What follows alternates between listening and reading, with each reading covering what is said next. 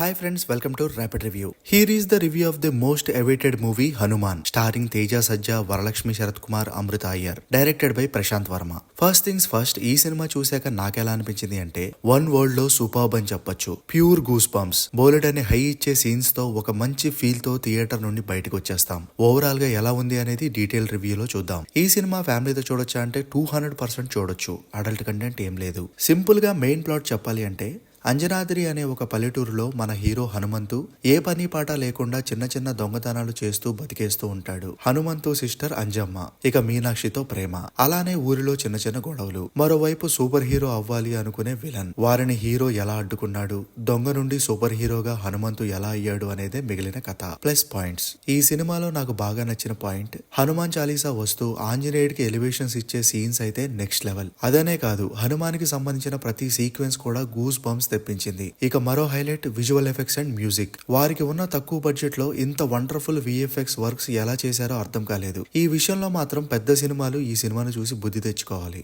అలానే music is also fantastic. ఆ BGM అయితే సీన్స్ కి తగ్గట్టు గూస్ బంప్స్ తెప్పించింది.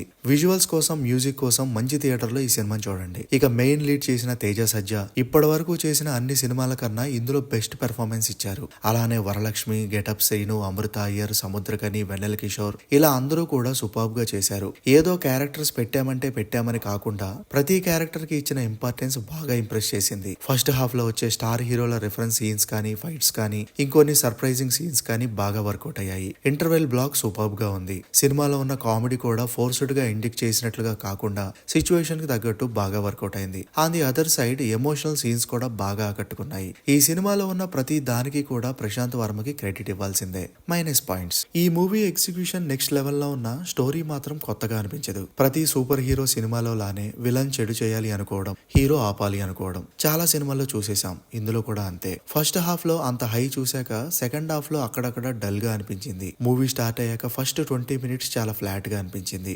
ఇంతకు మించి పెద్దగా మైనస్లేమీ కనిపించలేదు. ఈ సినిమాకు 2025లో సీక్వెల్ కూడా ఉంది అని ఎండ్ లో అనౌన్స్ చేశారు. సో ఓవరాల్ గా ఏం చెప్పొచ్చు అంటే వితౌట్ ఎనీ డౌట్ ఈ హనుమాన్ మూవీని ఫ్యామిలీతో చూసేయండి.